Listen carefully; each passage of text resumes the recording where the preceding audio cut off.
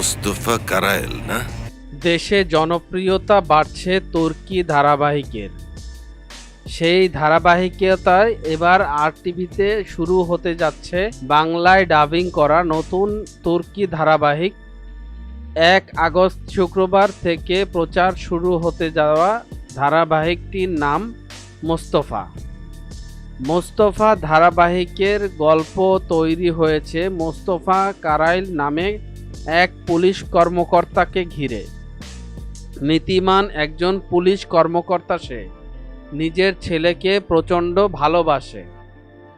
একবার একটি চোরাচালান রোধে অপারেশনের নামে মোস্তফা বুঝতে পারেনি এটা ছিল তার বিরুদ্ধে ষড়যন্ত্রের করে পেতে রাখা একটা ফাঁদ। সেই ফাঁদে পা দিয়ে ফেঁসে যায় মোস্তফা। তাকে অন্যায়ভাবে বরখাস্ত করা হয়।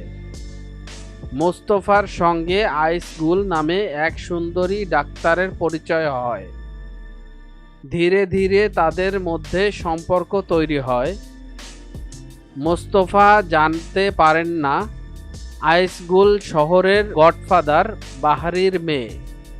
যখন বুঝতে পারে ততদিনে আইসগুলের সঙ্গে তার প্রেম গাঢ় হয়ে যায়। কী করবে এখন মোস্তফা?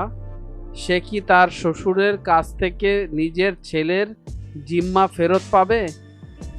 সে কি ইস্তাম্বুলের সবচেয়ে বড় মাফিয়াকে ধ্বংস করবে, নাকি নিজেই হয়ে উঠবে একজন মাফিয়া? ক্রমেই জটিল থেকে জটিলতর হয়ে ওঠে রোমান্টিক থ্রিলার ধারাবাহিকটির গল্প। ধারাবাহিকটিতে মোস্তফা কারাইল চরিত্রে অভিনয় করেছেন ইলকের কালিলি। অন্যান্য চরিত্রে অভিনয় করেছেন বুরসিন তেরজিওগুল, মুসা উজুল সহ জনপ্রিয় অনেক তুর্কি তারকা। বাংলা ডাবিং পরিচালনা করেছেন তাপস কুমার মৃধা। ২৫০ পর্বের মোস্তফা ধারাবাহিকটির প্রচারিত হবে ১ আগস্ট থেকে সপ্তাহের ৭ দিন রাত ৯টায় আরটিভির পর্দায়।